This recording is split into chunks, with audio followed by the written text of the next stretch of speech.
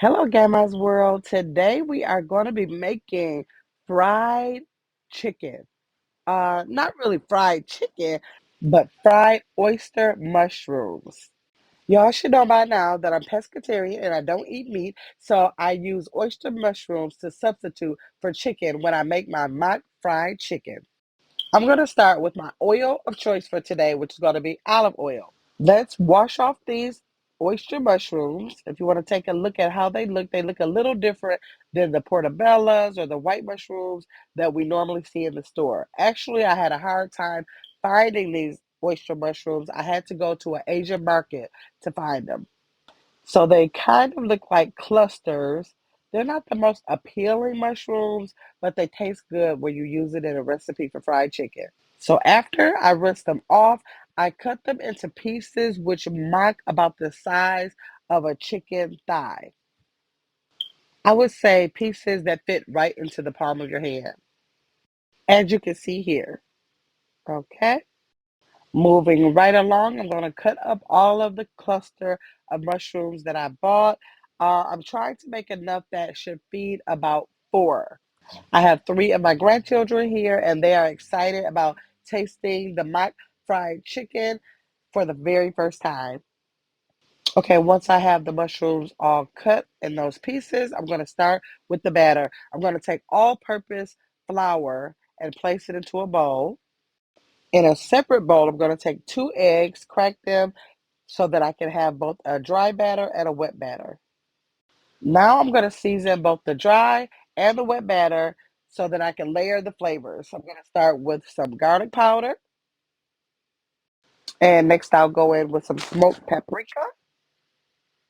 I know that so many people say that paprika does not have a taste. I don't know, but it just makes me feel better when I use it. I don't know if it really does have a taste or not, but let's just throw it in there just in case it gives us something we wouldn't have had without it. I'm now adding some ground black pepper. Next, I'm going to use a chicken seasoning. Now, if you guys are watching all of my videos, you'll know that I went to Penzeys Seasoning Shop. It's a shop with all seasoning, and they have seasonings for some of everything. And one of the seasonings was a chicken seasoning. So I'm going to go ahead and use that and see what it does. So if you guys want to know exactly what's in the seasoning, feel free to take a screenshot, zoom in, and see what's in it. Okay, now I have both my dry batter and my wet batter seasoned. I'm going to take my whisk here and whip up those eggs. As you can see, I have my gloves on because I don't like the feel of mixing that wet and dry batter together while I'm battering the mushrooms. Just to add another layer of flavor, I'm going to take the seasoning that I've already put into the dry and wet batter, mix them together, and then add that to the mushrooms. Oyster mushrooms has a lot of little crevices that you have to get into. So I'm just going to kind of massage that into the mushrooms so we can distribute those seasonings evenly. I'm also going to take my whisk and whisk the flour so that the seasoning can be evenly distributed into the flour.